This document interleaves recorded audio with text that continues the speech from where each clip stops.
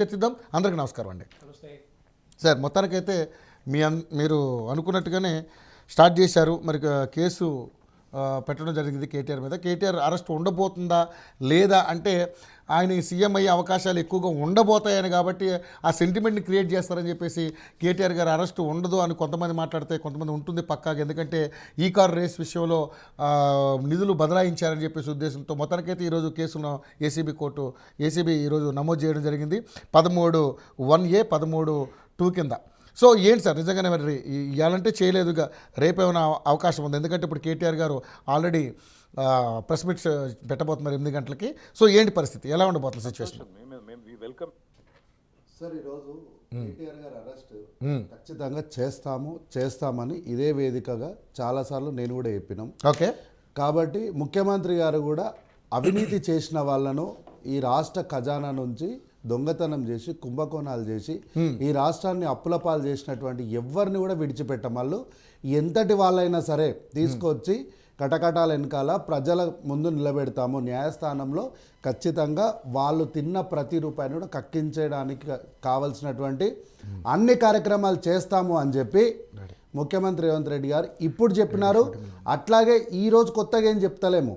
మేము నాడు రాష్ట్రంలో కాంగ్రెస్ పార్టీ అధికారంలోకి వస్తుందో రాదో తెలియని రోజు కూడా మహబూబ్నగర్ వేదికగా మొన్న ఎక్కడైతే నవంబర్ 30 తారీఖు నాడు ఏడాది పాలన సందర్భంగా ముఖ్యమంత్రి గారు మాట్లాడిరో అదే స్థలంలో, అదే దేవరకద్ర నియోజకవర్గం అమిస్తాపూర్లో జంగ్ సైరన్ మోగించినప్పుడు ముఖ్యమంత్రి ఆ రోజు పిసిసి ప్రెసిడెంట్ ఉన్నట్టు రేవంత్ రెడ్డి గారు కూడా అవినీతి చేసిన వాడు ఎవరైనా సరే రేపు అధికారం కోల్పోయిన తర్వాత మేము దేశాలు దాటిపోయి దేశాలలో శరణార్థులుగా బతుకుతామని మీరు ఆలోచన చేస్తే కూడా రెడ్ కార్నర్ నోటీస్ ఇచ్చైనా సరే మిమ్మల్ని ఈడ్చుకొచ్చి ప్రజల ముందు నిలబెట్టి మీరు తిన్న ప్రతి రూపాయిని కూడా కక్కిస్తామని ఆ రోజు చెప్పినాం. ఆ రోజు ఎవరు నమ్మలేదు, ఎవరు ఒప్పుకోలేదు.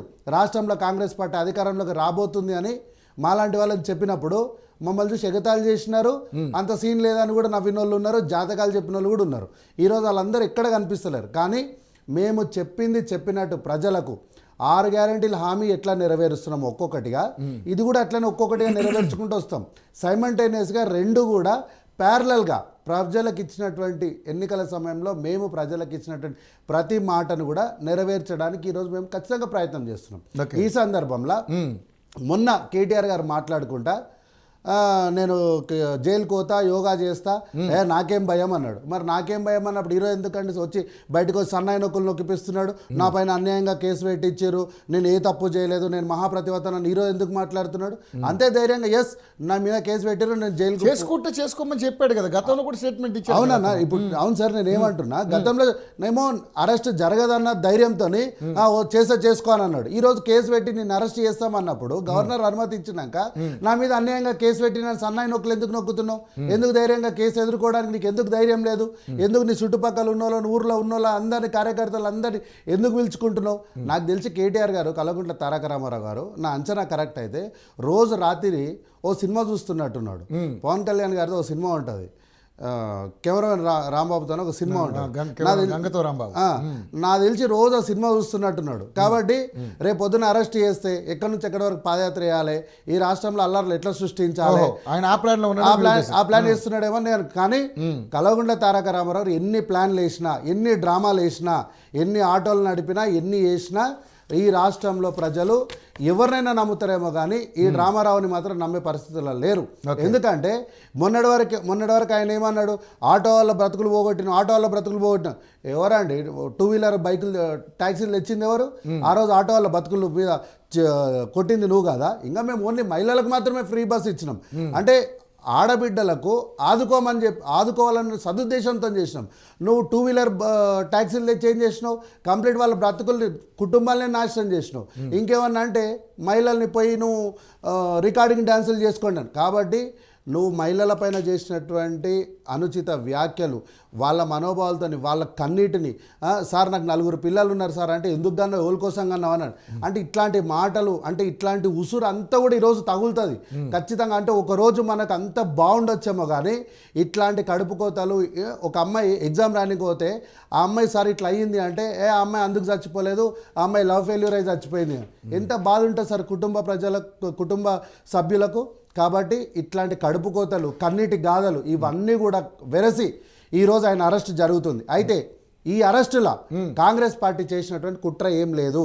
ఆయననే మీడియా ఛానల్, ఒక ప్రప్రదమైనటువంటి జాతీయ ఛానల్ తను మాట్లాడుకుంటూ అవును నేను 55 కోట్లు తీసుకున్నా అంటే ఆయన ఒప్పుకున్నాడు కదా. ఇక అందులో ఆయన ఎందుకు దాని గురించి మీరు ఆయన ఎందుకు ఇంత భయపడుతున్నాడు అనే వాక్యం ఆయన ఆల్రెడీ నేను చేశానని చెప్పి ఒప్పుకున్నాడు కదా. అదే చెప్తున్నా నేను, అవును నేను తీసుకున్నా అన్నాడు. అప్పుడు ఆ ఛానల్ వాళ్ళు సార్ ఎట్లా అంటే మంత్రిగా తీసుకున్నా ఇచ్చినాను అన్నాడు. సరే ఎలాబరేట్ చేయండి అంటే తెలుగులో ఎవ్వరికి అర్థం కాని ఒక వింత పదాలని, ఆయనకు మాత్రమే తెలిసిన తెలుగు పదాలని కొన్ని పదాలు తీసుకొచ్చి ఆ పదాలను వాడి ఇగో వాళ్ళకి నష్టం వచ్చింది, వీళ్ళకి నష్టం వచ్చింది, 2 ఏళ్ళు చేస్తే అందరికి నష్టం వచ్చింది, నేను మాత్రం 55 కోట్లు పెడితే 750 కోట్ల లాభం వచ్చింది అని. 750 కోట్ల లాభం వచ్చింది కదా, సూపేట్ ఏడుంది అని అంటే మళ్ళీ దాని గురించి మాట్లాడాడు. కాబట్టి దాని గురించి చెప్పు అనేసరికి నాకు జ్వరం వచ్చింది అన్నాడు, నాకు వెల్నెస్ కావాలని బయటకు వస్తాడు. కాబట్టి ఆయన సమాధానం చెప్పాల్సిన ప్రతి సందర్భంలో కాళ్ళన్న ఫ్రాక్చర్ అవుతుంది, జ్వరం అన్న వస్తుంది, ఇంకో సందర్భం చేసి సాకు అయిపోయి బయటకన్నా పోతాడు. కాబట్టి ఈరోజు అయ్యా కొడుకులు ఇద్దరు కూడా జైలుకు పోయే పరిస్థితి ఖచ్చితంగా ఉంది. ఖచ్చితంగా ఈ అరెస్ట్ జరుగుతుందని తెలిసే కల్వకుంట్ల చంద్రశేఖరరావు గారు కూడా కొడుకు అరెస్టును కల్లారా చూడలేకనే వారు విదేశాలకు పయనమవుతున్నారని వ్యక్తిగతంగా నేను అనుకుంటాను. కానీ ఇక్కడ ఆయన అరెస్ట్ చేస్తారంటూ మీరు ఒక మైండ్ గేమ్ ఆడుతున్నారు అని చెప్పేసి చాలామంది మాట్లాడుతూ ఉన్నారు. ఒకవేళ అరెస్ట్ చేయదలుచుకుంటే ఎప్పుడో చేయాలి కదా, ఇంత లేట్ ఎందుకు చేశారు అంటే దీన్ని కూడా డైవర్ట్ పాలిటిక్స్లో ఒక భాగంగా వాడుకుంటున్నారా? కేటీఆర్ అరెస్ట్ను కూడా మీరు రాజకీయం చేయబోతున్నారు. ఎందుకంటే ప్రజల దగ్గర నుంచి కానీ ప్రతిపక్షాల దగ్గర నుంచి కానీ మీకు అనేక రకాలైనటువంటి విమర్శలు వస్తూ ఉన్నాయి. ఎందుకంటే 6 గ్యారెంటీల విషయంలో కావచ్చు, ఇస్తారన్నటువంటి 13 హామీల విషయంలో కావచ్చు, అనేక రకాల ఆరోపణలు ఎదుర్కొంటా ఉన్నారు. సో ఏంటి దీని కూడా డైవర్ట్ పాలిటిక్స్ కింద యూజ్ చేసుకుంటున్నారా? సార్ మేమేం డైవర్ట్ పాలిటిక్స్ ఏం చేస్తలేము. మేము ఏదైనా ఒక కార్యక్రమం తీసుకోగానే దాన్ని ఎట్లా డైవర్ట్ చేయాలని చెప్పేసి తారక రామారావు గారు ఒక డ్రామా ఆడతారు. సార్ ఒకటి మేము మహిళలకు ఉచిత బస్సు ఇచ్చినాం, ఇలా తప్పేముంది సార్? ఇలా ఉచిత బస్సు ఇవ్వడంలో తప్పేముంది? ఎన్నో ఉచిత హామీలు ఇస్తున్నప్పుడు ఆడబిడ్డలకు ఉచిత హామీలు ఇవ్వడంలో తప్పేముంది? నువ్వు ఈరోజు ఈడ మహిళలకు ఉచిత బస్సు ఇవ్వగానే ఆటో కార్మికులను రెచ్చగొట్టి వాళ్ళతో ధర్నాలు చేయించి వాళ్ళ బ్రతుకుల్ని రోడ్డు మీద తీసుకురావాల్సిన అవసరం ఏముంది నీకు? కాబట్టి ఆటో కార్మికులని ధర్నాలు చేయించింది బీఆర్ఎస్ అంటారు. 100%. అంటే మేము ఇప్పుడు మూసి ప్రక్షాళన చేస్తామని చెప్పినాం, చెరువులను కాపాడుతాము అన్నాం. మీరు ప్రజలకు 5,000, 2,000, 7,000 ఇచ్చి ముఖ్యమంత్రి గారిని తిట్టించే కార్యక్రమం ఎందుకు పెట్టుకున్నారు? ఎందుకు మీరు కొన్ని యూట్యూబ్ ఛానళ్లకు, స్పెసిఫిక్గా కొన్ని యూట్యూబ్ ఛానళ్ళకి ఎందుకు కోట్ల రూపాయల డబ్బులు ఇచ్చి మీ పార్టీలో గురుకులాలలో అనుభవం ఉన్నటువంటి ఓ అధికారికి, మాజీ అధికారికి, ఈరోజు మీ పార్టీలో ఉన్నటువంటి అగ్రనాయకుడు అని చెప్పుకుంటున్న ఆయనకు ఎందుకు మీరు లక్షల రూపాయలు డబ్బులు సాయం చేసి గురుకులాలలో ఇష్యూలు క్రియేట్ చేయాలని మీరు ఎందుకు చూసారు? కాబట్టి ప్రభుత్వం ఏ కార్యక్రమం చేసినా కూడా దాన్ని ఒక డ్రామా క్రియేట్ చేసి దాన్ని ముఖ్యమంత్రి గారి పైకి రుద్ది ఇగో డైవర్ట్ పాలిటిక్స్ అంటే ప్రభుత్వం ఎప్పుడు ఒకటే దానిపైన ఉంటుందా సార్? రోజుకు ఒక కార్యక్రమం తీసుకుంటుంది ప్రభుత్వం. వీళ్ళు ఎన్ని డైవర్ట్ పాలిటిక్స్ అంటున్నారో వీటిని ఇంకో కోణంలో చూడండి సార్. డైవర్ట్ పాలిటిక్స్ అని వీళ్ళు అంటున్న పదాలు కాకుండా ఇంకో కోణంలో చూడండి, ఎన్ని పథకాలు ఎన్ని కార్యక్రమాలు తీసుకుంటున్నారని ఇంకో కోణంలో ఆలోచన చేయండి. అప్పుడు కాంగ్రెస్ పార్టీ చేస్తున్నటువంటి పనితీరు ఏందన్నది అర్థమవుతుంది. కాబట్టి నేను తెలంగాణ సమాజానికి కానీ, ప్రజలకు కానీ, మేధావులకు కానీ, విద్యార్థులకు కానీ, మహిళలకు కానీ వీళ్ళందరికీ ఒకటే విజ్ఞప్తి ఏంటంటే కల్వకుంట్ల రామారావు చెప్తున్నటువంటి డైవర్ట్ పాలిటిక్స్ అనే పదాన్ని కాకుండా డైవర్ట్ పాలిటిక్స్ అని ఎందుకు అంటున్నాడు, ఏ కార్యక్రమం పైన అంటున్నాడు అని ఒక్కసారి మీకు మీరుగా విశ్లేషణ చేయండి. అప్పుడు ఈ ఏడాది కాలంలో 365 రోజుల్లో కేటీఆర్ గారు ఎన్ని ప్రెస్ మీట్లు పెట్టారో ఆ ప్రెస్ మీట్లను ఒక్కసారి రివర్స్ ఇంజనీరింగ్ చేయండి. ఆ రివర్స్ ఇంజనీరింగ్ చేసినప్పుడు మీకు ముఖ్యమంత్రి రేవంత్ రెడ్డి గారు కానీ, కాంగ్రెస్ పార్టీ కానీ ఈ రాష్ట్రానికి చేస్తున్నటువంటి సంక్షేమ కార్యక్రమాలు అర్థమవుతాయి. కాబట్టి డైవర్ట్ పాలిటిక్స్ చేయడానికి కాంగ్రెస్ పార్టీకి అవసరం లేదు. మీ కాంగ్రెస్ నాయకులు చాలామంది ఏం మాట్లాడుతున్నారంటే ఈరోజు కేటీఆర్ని అరెస్ట్ చేస్తే ఆయన పాదయాత్ర స్టార్ట్ చేస్తాడు, రేపు ముఖ్యమంత్రి అయిపోతాడు, ఆయనకు అవకాశం మేము అంటున్నారు. అంటే భయపడుతున్నారా మీరు? సార్ ఇప్పుడు అరెస్టులు చేసినప్పుడు ఎప్పుడు ఇట్లాంటి సందర్భం వస్తుందంటే అన్యాయంగా, అక్రమంగా, ఇట్లాంటి సందర్భం లేకుండా ప్రజలకు దగ్గర అవుతున్నారని. అంటే ఎగ్జాంపుల్ చెప్తా, రాజకీయాలకు అతీతంగా మనం ఇది ఒప్పుకోవాలి. ఎందుకంటే రేవంత్ రెడ్డి గారిని అర్ధరాత్రి తలుపులు ఇరగొట్టి ఇంట్లోకి పోయారు. ఏ కేసులో మీరు అరెస్ట్ చేశారు సార్? ఎందుకు అరెస్ట్ చేయాల్సి వచ్చింది ఆ రోజు? ఎలక్షన్ వయలేషన్ అంటే ఒక నోటీస్ ఇచ్చి పెడితే ఎలక్షన్ కమిషన్ చూసుకుంటది కదా. మీరు ఇంట్లోకి వీళ్ళు చట్టాల చేతులు తీసుకోవాల్సిన అవసరం లేదు కదా. ఇంట్లోకి పోయి వారిని ఎత్తుకపోయి షాద్ నగర్, శంషాబాద్, తర్వాత నార్ కర్నూల్, ఎన్ని బెటాలియన్లు ఉంటే అన్ని బెటాలియన్లకు తిప్పి 3 రోజులు రేవంత్ రెడ్డి గారు ఎక్కడ ఉన్నారో ఎవరికి తెలియదు. ఆ రోజు వారి భార్య, వారి సతీమణి, వారి కుమార్తె మా నాన్న ఎక్కడున్నారు అని చెప్పి రోడ్డు మీదకి వచ్చి ప్రతి పోలీస్ స్టేషన్కి వెళ్ళి వెతికిన రోజు సార్ అది.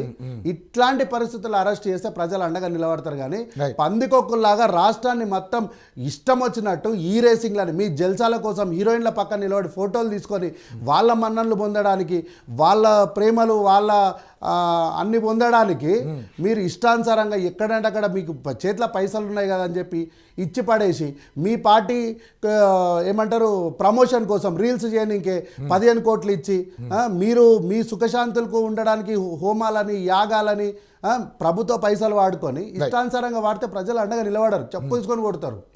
రైట్ విజయారి గారు, సో మరి కేటీఆర్ మీద వస్తున్నటువంటి అభియోగం ఇది దాదాపు 3-4 నెలల నుంచి నడుస్తుంది.